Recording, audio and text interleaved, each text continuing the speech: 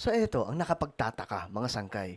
Kasi yung mga Iranian pala, na nandun mismo sa kanilang bansa at maging yung mga nasa labas ng bansa ng Iran, mahal nila itong Prime Minister ng Israel na si Netanyahu. So paano nangyari yun? Hindi ba dapat galit na galit sila doon?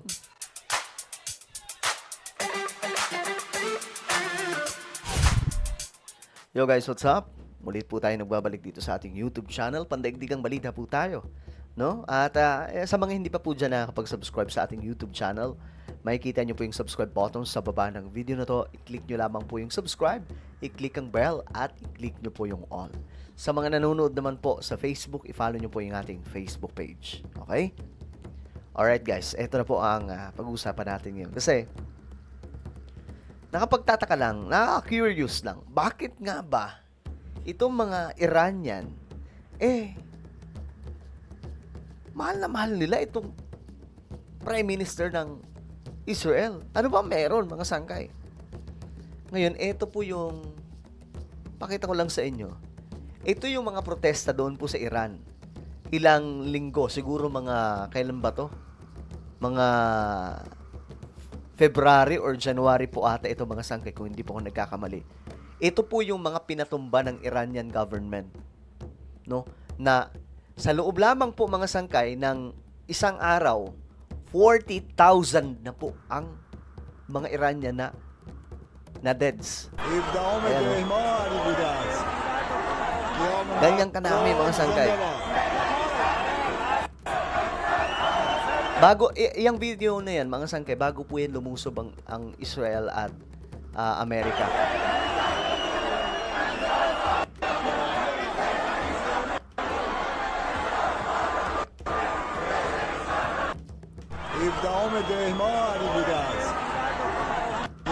So, doon po ito sa Western Iran. So, ganyan po nakakakilabot yung tao. Sobrang daming tao. Doon po yan sa Iran. Actually, meron pong ano niyan meron pong aerial view or shot kung saan mga sangkay, yung video, kitang-kita yung sobrang dami, hindi mabilang na tao. Ngayon, ano nangyari sa kanila after nila habang ginagawa ng protesta nila na yan? Sila po ay nirat-rat, nilusob po ng mga pulis ng Iran. Iranian regime. Kasi brutal nga po talaga ang Iranian regime. Mga sangkay talagang tutuluyan sila dyan. Tinuluyan nga po. Alam nyo, nagkalat lamang po yung mga tao sa paligid na sumakabilang buhay na dahil sa ginawa nga po ng mga pulis ng Iran, utos po ng kanilang Prime Minister na si Khamenei, not Prime Minister, Supreme Leader na si Khamenei. No? Yun po ang nag-utos. Yun, na-dead sa rin, di ba mga sangkay? Pati nga po yung kanyang anak ngayon, nandun po sa Russia kasi naputol yung isang bahagi ng kanyang binti. Ngayon, mga sangkay, ito po. Ito po ang message ni Netanyahu sa Iran.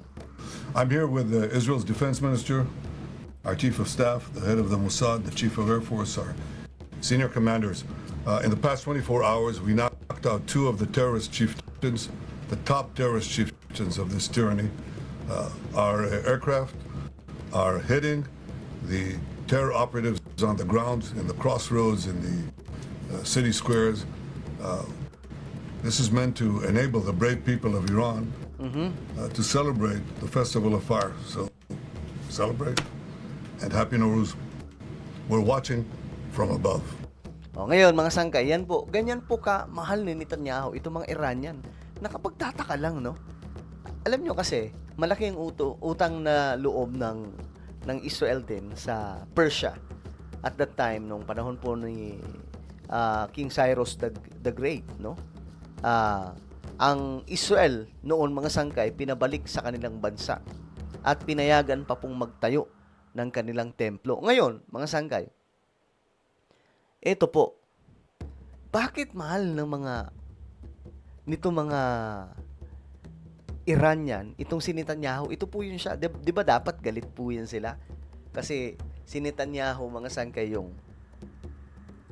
si Netanyahu ang dahilan kung bakit nawala ang kanilang leader, ang kanilang supreme leader, pinatumba. At meron pong digmaan. So, anong reason? Bakit tila baga mas pabor sila kay Netanyahu kaysa sa kanilang supreme leader? Ngayon, ito mga sangkay, ito, daming video na nagkalat. Tingnan po ninyo. May sinisigaw sila mga sangkay dito na ito po ay Bibi John. Ngayon, anong meron po dyan mga sangkay? Tingnan po ninyo. Ito. There are hundreds of thousands, possibly several million people in the streets right now in Iran, in all the major cities.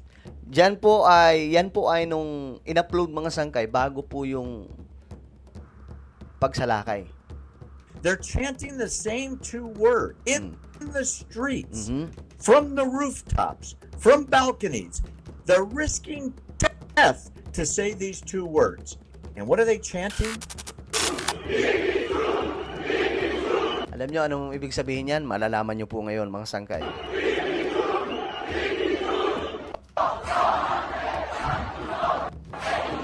Daming tao, no? Hindi po yan AI, ha? Baka mamaya isipin nyo AI. Bibi John.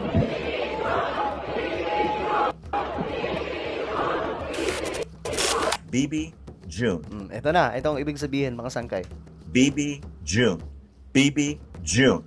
Well, the Bibi part means Benjamin Netanyahu. Yung Bibi part, yan po ay pangalan ni Netanyahu, Prime Minister ng Israel. Prime Minister of Israel. And in Farsi, June means beloved. Sa salita ng Persia or Farsi, ang June ay dear or beloved, minamahal. Or dear or sweetheart. They are chanting his name as a title. That he, Bibi Netanyahu, is beloved in Iran. He's the hero in Iran. Grabe, no? They want the mullahs dead. They want the mullahs gone. They want to be free. And everybody agrees with them, except the Dems in the U.S. Congress, who claim to want to defend the people of Iran. Oh, boy, the hypocrisy. Why don't they listen to the people in Iran who are chanting over and over again, Bibi June, Bibi June, Bibi June? Yan yung sigaw ng mga Iranian. So nakapagtataka lang, bakit mahal po nila itong si Netanyahu? No? Ayon pa nga po mga sangkay sa mga lumalabas na impormasyon, ginawan pa nga po daw ng kanta ito ng mga Iranian. At ang title, ito po, Bibi June. So ano mayroon dyan? Ano mayroon kay Netanyahu? Bakit beloved ang tawag nila mga sangkay? At iba no? Ito.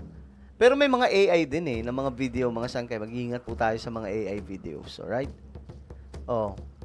Watch video of Iranians laying flowers at Israeli. Ito, tingnan po ninyo. Nag-alay po sila ng mga bulaklak.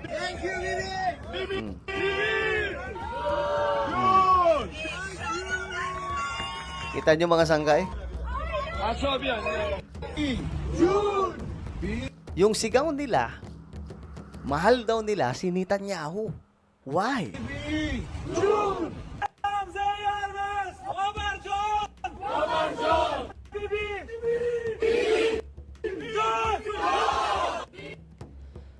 Okay, so marami tong video mga sangkay ngayon. Ito. Kung saan nagpapasalamat po sila kay Netanyahu ng Israel dahil nga po para sa kanila mga sangkay, bayani po itong si Netanyahu. Kasi ito lamang daw po yung presidente na nagkaroon po ng solution para magkaroon ng kalayaan ang mga Iranians. Kasi yung mga Iranians, hindi po sila malaya, mga sangkay. Gapos po sila para po nakatali yung mga kamay nila. That is why, yung mga Iranians, mga sangkay, makikita nyo po yung mga nagse-celebrate. Hindi po yun sa loob. Do yung mga nasa loob ng Iran, nagse-celebrate sila pero hindi po nila magawa yung kagaya ng ginagawa ng mga Iranian na nasa labas ng bansa na nagsisigawan sa kalye, tila baga nagpo-protesta na nagse-celebrate mga sangkay, dala-dala yung flag ng Iran. Yung mga taong yan, mga sanggay, lumayas na po sa kanilang bansa. Dahil nga po, ayaw nilang mapahamak ang kanilang mga pamilya doon po sa Iran. That's why, mga sangkay, si Trump at itong si Netanyahu, especially itong si Netanyahu, mahal na mahal po ng mga Iranians. Bakit? Yun po yung reason. Well, ano po ang inyong opinion? Comment down below. Mayroon po tayong YouTube channel. Ito po ay Sangkay Revelation. Hanapin nyo po ito ngayon sa YouTube. Kapag nakita nyo na, i-click nyo po yung subscribe, i-click ang bell, at i-click nyo po yung all. Ako na po ay magpapaalam. Mag-iingat pong lahat. God bless everyone.